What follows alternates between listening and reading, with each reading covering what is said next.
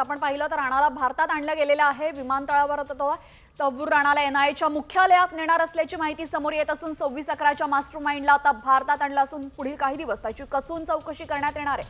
आता सध्या तो एनआयएच्या पथकाच्या ताब्यात असून एनआयए पथकाकडून त्याच्या अटकेची प्रक्रिया सुरू झालेली आहे। विमानतळावर तव्वूर राणाला अटक करणार असून तव्वूर राणाला एनआयएच्या मुख्यालयात यानंतर नेणार आहे।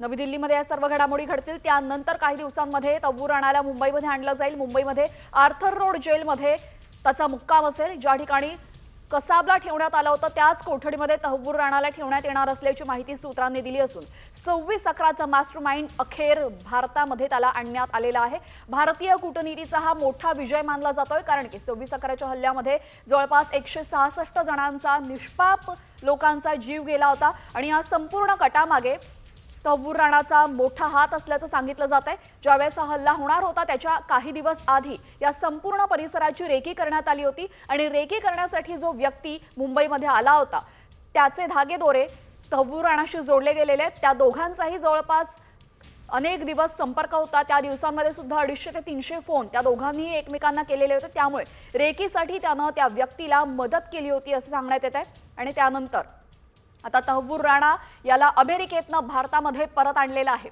अमेरिकेमध्ये त्याने मला भारतामध्ये देऊ नका यासाठी याचिका केलेली होती, मात्र अमेरिकन न्यायालयानं ही याचिका फेटाळलेली आहे आणि ही याचिका फेटाळल्यानंतर लगेचच भारतीय प्रशासनाने भारतीय सरकारने संपूर्ण ज्या घडामोडी आहेत त्या अत्यंत वेगवान केल्या आणि त्याला लवकरात लवकर भारतामध्ये आणण्यासाठी प्रयत्न सुरू केले आणि अखेर त्याला आता भारतात आणलं गेलेलं आहे। एनआयएकडनं त्याला अटक केली जाईल। त्याच्यावर 2 खटले आहेत। तव्वूर राणा कोण आहे तेही आपण पाहतोय। मुंबईवरच्या 2008 मध्ये झालेल्या दहशतवादी हल्ल्याचा तो मास्टरमाइंड असून तव्वूर राणा हा आयएस आणि लष्कर-ए-तोयबाचा दहशतवादी आहे। त्याचा जन्म पाकिस्तानमध्ये झाला। तो कॅनडाचा नागरिक आहे आणि त्याने अनेक अशा सगळ्या दहशतवादी घटनांसाठी मदत केलेली आहे। मुंबई हल्ल्याचा सूत्रधार डेव्हिड कोलमन याला तव्वूर राणानं मदत केली होती। याच डेव्हिडनं मुंबईमध्ये येऊन रेकी केलेली होती। दहशतवादी हल्ल्याच्या 1 वर्षानंतर शिकागोत FBI कडून राणाला अटक करण्यात आलेली।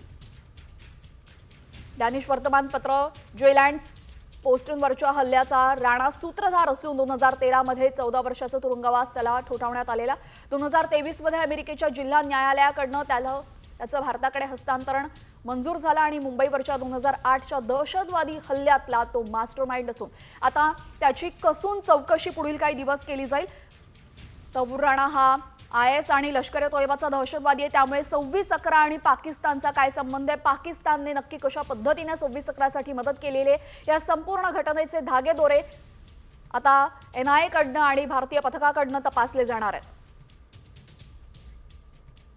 अतिरेक्यांना जाहीर मोठ्या मैदानावरती नेऊन त्यांना त्यांच्या शरीराचा एक एक भाग अवयव असा कापला गेला पाहिजे। त्याच्यावरती मिठाचा शिरकाव केला पाहिजे आणि जेवढी म्हणजे दर्दभरी आपण म्हणतो ना जेवढी खौफनाक किंवा त्यांना जास्तीत जास्त त्रास होईल अशा प्रकारची सजा त्यांना झाली पाहिजे की लवकरात लवकर तव्वूर राणाला फाशी झाली पाहिजे।